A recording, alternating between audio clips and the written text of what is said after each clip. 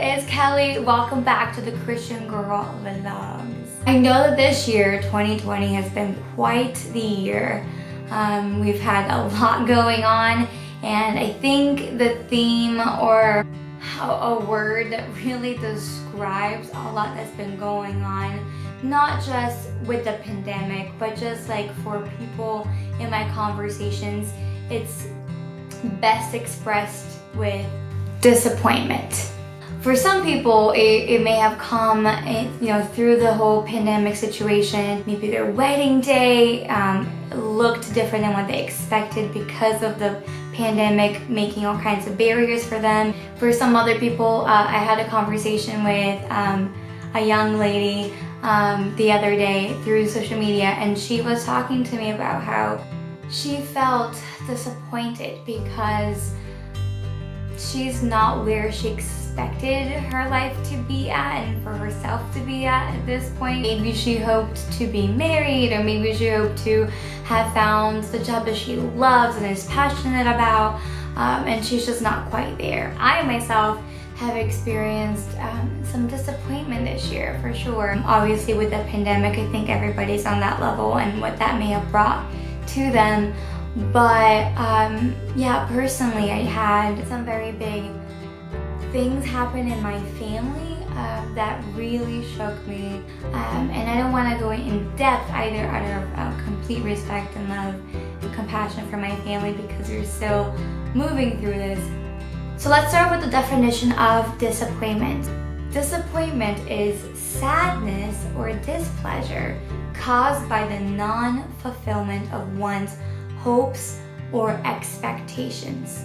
And I think that's a great way to summarize it. The first point that I want to bring with this is that disappointment brings sadness. I feel like disappointment has a way of cutting right through to your soul. You feel that sadness very deeply. It's like a wound that you don't know how to patch and clean, and it's not as easy as an outside wound. So it's this deep thing that we can experience. The second point is that disappointment comes from your unmet expectation. For other people, it may be having difficulty with getting pregnant and having a child. The process of becoming a parent may be a lot more difficult and bitter and hard emotionally than you expected that it would be, and that is not meeting the expectation that it would be an easier process. These realizations, they're difficult, but they come from these unmet expectations that you have or that I have. For number 3, and this is something that I've personally have been going through in stages, and I think everybody goes through it in stages. It's usually a process, and it's this. It's important to mourn the disappointment. Don't try to brush it aside, be like, oh well, it is what it is. If it's something small, obviously you can brush it aside. But if you had some really big expectation, you worked really hard for that job, finally got it, and then COVID hit and you lost it, or if it's a family related thing, or if it's an illness thing that you didn't expect, it came at you, whatever that disappointment may be, I think it's required of us to be graceful and to allow our emotions to carry us through. And obviously I'm not saying, sit in that sadness forever. I don't think that's ideal for anybody, but definitely let it come out. I think the first month I was just really sad, and there was anxiety and other stuff mixed in there. But I think that whenever we have this big life disappointment, it is very okay to mourn that disappointment, that expectation that you had. It's part of this great healing process. The reason why I say this is because it carries you to the next stage, which I have found myself in now, and it's this. Disappointment, or maybe saying processing the disappointment, helps you to learn God's expectations and hopes for your life. And that's something that I've seen is I never expected certain things to happen in my family.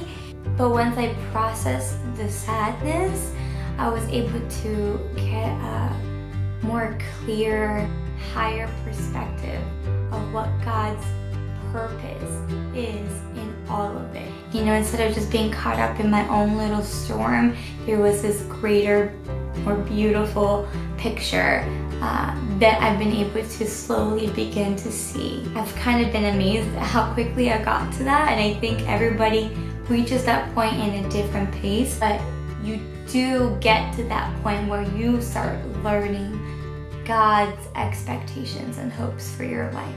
And the last point that I have for you guys is being thankful. Now I'm seeing what God's doing and what He's up to in the situation and what He wants out of it instead of what I wanted out of it.